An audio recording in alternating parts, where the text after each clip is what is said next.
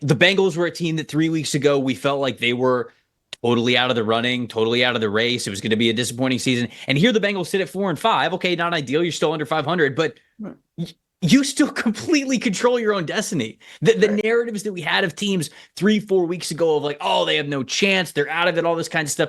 We're seeing teams maybe come back from the dead. Maybe we buried them a little bit too early. And I think the Bengals are one of those teams. They're facing off against the Baltimore Ravens. It was an incredible matchup that they had that went to overtime earlier this season. It was one that we thought the Bengals were going to end up winning when Lamar Jackson turned the ball over and they got into field goal range, and then they kind of blundered what they did after that, kind of settling for a super long field goal.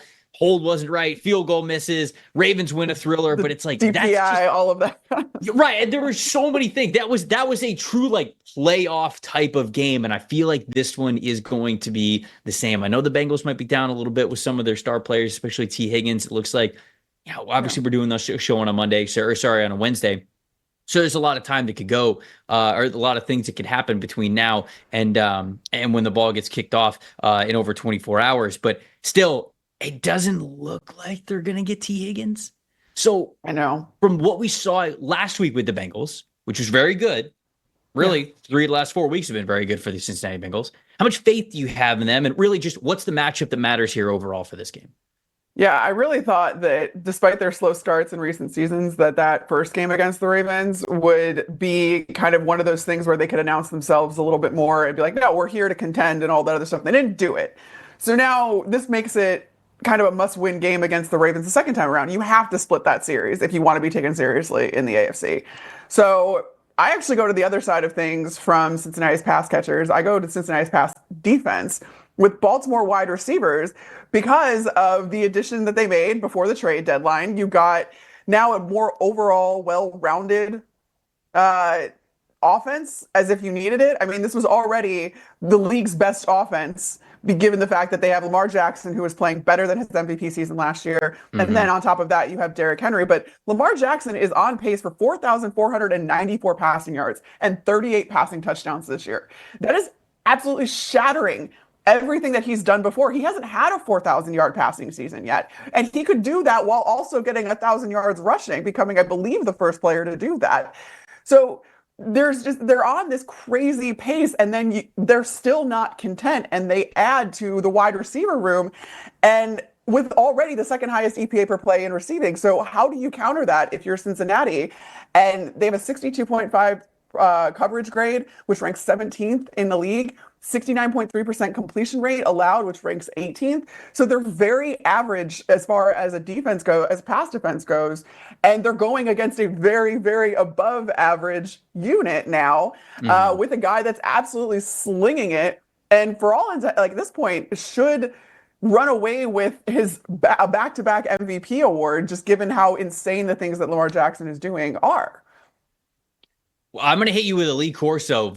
Not so fast, boy. My friend, to start the show, because I do completely agree with you that I think that if MVP, if we were voting right now, I think Lamar Jackson would win it once again. But there's a guy that he is playing on Thursday that I think is going to have something to say about that, and that is Joe Burrow. And obviously, I think that certainly how they started the season, it doesn't go well into his resume. However, Joe Burrow's been on fire lately. I mean, he has been one of the best quarterbacks in the NFL, certainly over the last couple of weeks. And that's been, with T. Higgins in there, with T. Higgins not in the lineup. And what was the thing that we were talking about during the early part of the season? When it's not Chase and Higgins out there, you and I talked about that on this show. When it's not both of them out there, the offense just looks so different. Well, they didn't have T. Higgins. They didn't have Jermaine Burton, which is kind of a wild card and it's just a roller coaster in and of itself. And they still looked unbelievable last week because of, I think, two things. One, just how well Burrow is playing. Two, I think Chase Brown is also somebody that we would be remiss if we did not mention him. But Burrow versus the Ravens coverage unit right now, because for as good as the Ravens are as a team and as much as they are what it feels like juggernauts on the offensive side of the ball, when it comes to coverage, 1,088 passing yards allowed. That's sixth most this season. 58 catches allowed for a first down. That's second most. 18 forced incompletions, so they are getting their hands on the ball a little bit. They have that's fifth most in the NFL, but 27 catches of 15 or more yards, second most in the NFL. 7 receiving touchdowns allowed. That is top 12 in the NFL, or bottom 12, I think is probably the better way to say it.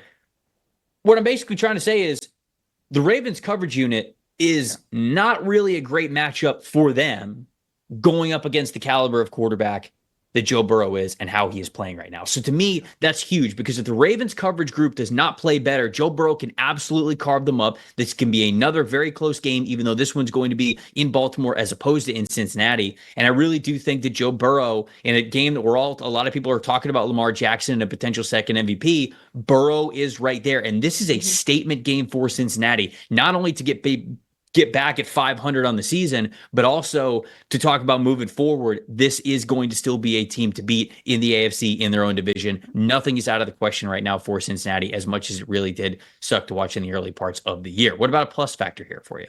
Yeah, last week I think I had Chase Brown as the plus factor for Cincinnati, and that's been the key in kind of unlocking the rest of this offense when you don't have T. Higgins or you do have some absences along the offensive weaponry or in the offensive arsenal. And now you see that Zach Moss is going to miss time, so the Bengals go out and make just their second in-season trade in like the last, I think since like 1973. I think that's the stat I saw. Wow. It's Khalil Herbert from the Chicago Bears, who was not utilized with the addition of DeAndre Swift there. Chicago now has the kind of the two-headed backfield in Swift and Roschon Johnson as kind of their change-up third down short yardage back. That kind of left Khalil Herbert, who was very productive for them last year, as the odd man out. So now Cincinnati goes and gets him to complement Chase Brown. And again, this is just about opening up things for the Cincinnati offense to allow Joe Burrow to still connect with Jamar Chase because the defenses still have to respect the run. That's going to be key, I think, as the Cincinnati Bengals offense moves forward. And I don't want to, we've kind of like glossed over the Ravens rushing attack, and we know that is the crux of why the Ravens are rolling as much as they are. Right. But we really need to make yourself as multidimensional as possible going against this Ravens defense, which is very, very good as well. And that's why I think the plus factor here is Khalil Herbert / just the Cincinnati Bengals run game in general. They're only averaging 4.08 yards per carry right now, which ranks 24th in the league. But I would look for that to go up with the addition of Khalil Herbert. Yeah, on the other side of things for the Ravens, maybe getting Keaton Mitchell back this week, which is great to see. Tore his ACL in December last year. Really dynamic running back. Somebody who I liked when he was coming out of ECU in the draft. And so to get him back is just another weapon and some more juice that they have in their rushing attack, which, like you said, is the crux of exactly what they want to do on the offensive side of the ball. So really cool if Keaton Mitchell can. Well, it seems like he's coming back at some point this year, whether it's this week or next week. But if we can see him in Thursday Night Football, that would be a really cool accomplishment and really cool for him to get back out on the field. But my plus factor here, it's not Keaton Mitchell. It's actually Amarius Mims. And really, it's more of just the Cincinnati Bengals offensive line overall because, Sure. When you look at this group, I think they're playing better in certain ways. I think that Amarius Mims himself is playing better at that right tackle spot. But, they're going up against a Ravens defensive line that is a really good unit, I think, collectively. Obviously, they've got some stars along that defensive line, starting with Nani Madubuike and some other guys that are really stepping up. But I think it's more of a collective for Baltimore that makes a really good feared front.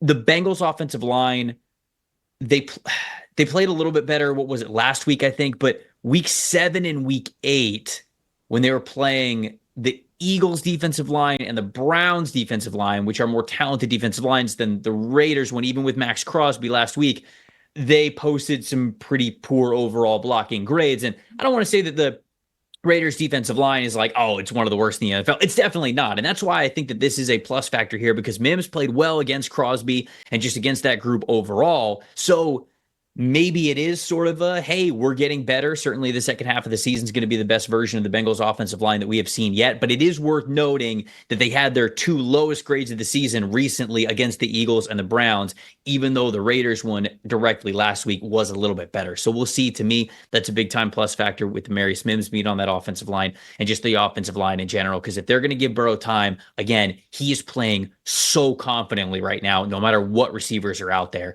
And I think that it is going to make for a fun performance.